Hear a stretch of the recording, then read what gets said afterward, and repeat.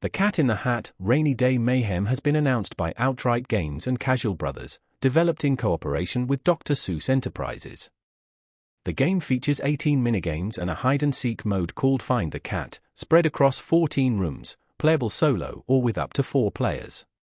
Characters include Sally, Johnny, Thing 1 and Thing 2, and Little Cat A, with varying difficulty levels ensuring the chaos is tunable for different ages. Granblue Fantasy Relink's major expansion just got a new character trailer, and this one's for Fro. The action RPG expansion, called Endless Ragnarok, is shaping up to be a substantial content drop. It introduces a new story arc involving beings called Ragnalia who signal the end of the Zegagrand Skydom, alongside the return of Beelzebub as a major threat. On the gameplay side, Endless Ragnarok adds summons that players can temporarily control in battle, a new chain burst type called a Primal Burst, and a solo mode called the Calmflux with unpredictable challenges. The 4-player co-op is also getting a meaningful upgrade. Cross-play across all platforms is launching alongside the expansion. For players who already sank hours into the base game, this is Sigum's doubling down on everything that made Relink work. Muchi Pork and PinkSweets Boosted is a shoot 'em up bundle announced by City Connection, collecting 2 classic Cave interactive arcade titles. The bundle brings together both games in a single package targeting fans of the vertical shooter genre. Cave's releases have historically attracted dedicated cult followings, and bundling these 2 titles together makes them more accessible to a new generation of players. Zerospace has an early access date, July 20th. This sci-fi RTS from Starlant Studios and Ironwing is pitching itself as the spiritual bridge between StarCraft's strategic depth and Mass Effect's narrative RPG structure, and the scope backs that claim up. The single-player campaign includes 15 main story missions, 10 hero loyalty missions, and 15 side story arc missions, all set in the politically fractured Orion sector. Players build their Protectorate forces from a pool of over 150 units spread across 4 main factions and 7 mercenary factions, with each run potentially looking different from the last. Beyond the campaign, there's a persistent shared galactic war mode where thousands of real players compete for territory on a living galaxy map. The developer also confirmed a homeworld veteran contributed to the mech design, which is a detail the RTS community is already paying attention to. Gravastar is a brand new Japanese-style turn-based RPG, and the ambition behind it is immediately apparent. Seattle-based studio Atma announced the science fiction fantasy RPG, describing it as a project over 10 years in scope. That scale puts it in the company of the genre's most expansive entries, and Studio Atma is framing Gravastar as a love letter to classic Japanese RPG design while blending it with a sci-fi fantasy setting that merges both aesthetics. Details on the specific world, characters, or combat systems weren't extensively outlined in the announcement, but the 10-year scope claim alone signals this isn't a small or conservative project. For fans of the genre who've been waiting for something that takes its time and builds a world with genuine depth, Gravastar is a name worth tracking from here. Runesmith is a tactical RPG announced by Terrahard Studios, following a grudge-holding dwarf Runesmith on a revenge quest against a world-threatening summoner, who also happens to owe him money. Combat is built around an extensive rune engraving system where chained interactions between runes can produce devastating combos or catastrophically unstable results. The game's darkly comedic tone runs through everything, from tavern brawls and drinking mechanics to a story that treats petty debt collection as a higher priority than saving the world. Anima, Song from the Abyss finally has a confirmed launch window, 2027. The action RPG is set in the world of Gaia, drawn from the Anima, Beyond Fantasy tabletop role-playing book franchise, giving the game a substantial pre-existing lore base to build from. Players control 2 characters whose paths intertwine across the ruins of an ancient civilization, and the choices made throughout the game directly affect how the story unfolds and which characters survive.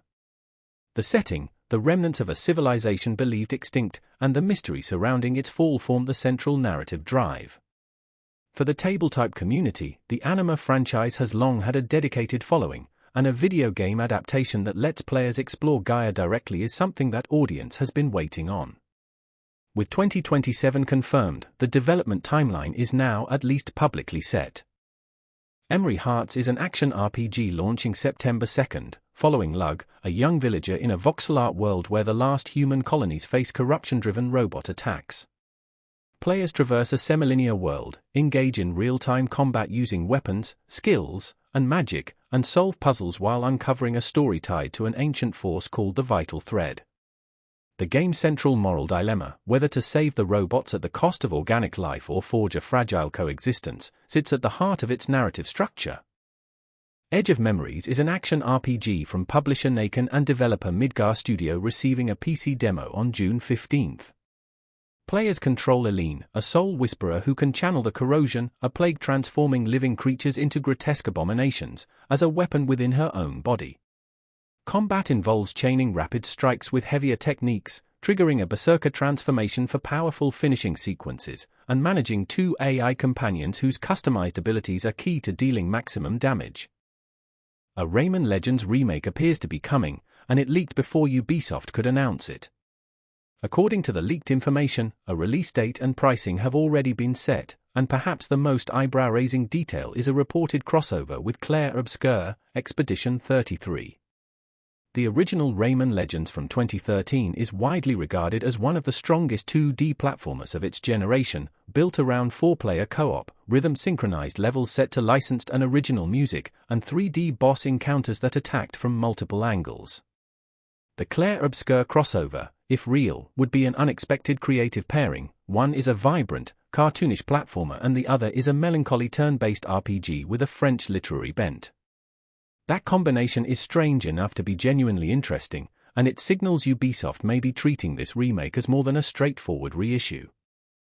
Ironwing Valiant, Record of Astera is heading into its second closed alpha, announced by Tiger Team alongside a new trailer.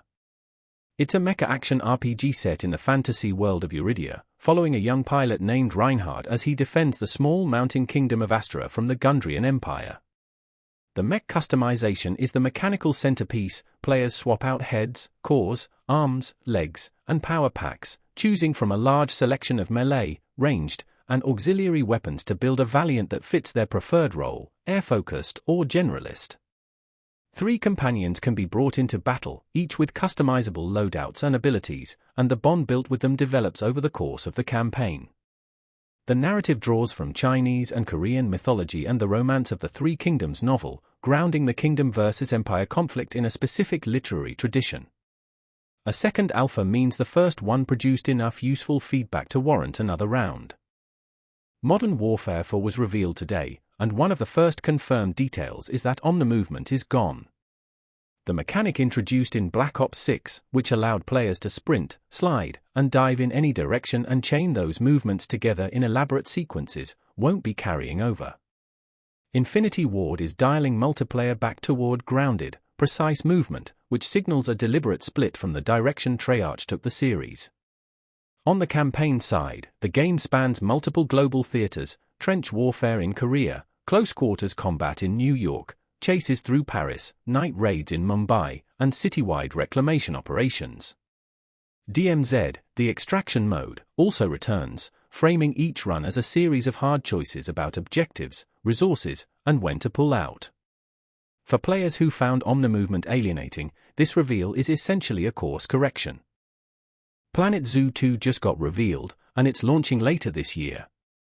Frontier Developments is expanding the original's formula in 2 major ways. Fully aquatic animals are in for the first time, including blacktip reef sharks, hawksbill turtles, and fish, housed in customizable freshwater or saltwater aquariums, and fully flying birds like the Toko toucan and secretary bird now live in aviaries built from dynamic mesh structures that let them move freely. But the biggest structural addition is wildlife reserves, conservation zones beyond the zoo's walls where players can release animals into living ecosystems they build themselves. Animal behavior has also been overhauled, with more expressive emotions, authentic herding patterns, and a level of detail Frontier is calling a generational leap. The original Planet Zoo built one of the most dedicated zoo sim communities around, and Planet Zoo 2 is clearly designed to give that audience something worth moving to. Inazuma 11, Cross now has a Japanese launch date, June 9th. The free-to-play mobile RPG continues a franchise that has blended football and RPG mechanics across multiple console and handheld generations since the original DS release. Inazuma 11, Cross lands on iOS and Android, and while the Japan-first rollout is standard for the series, it also typically signals that a broader regional release follows. The franchise has maintained a dedicated fanbase across Europe and parts of Asia through its mix of team management, story-driven RPG progression, and over-the-top special move animations that treat every match like a supernatural battle. A mobile entry keeps the series accessible, though fans of the console entries will be watching to see how the gameplay translates to touch controls.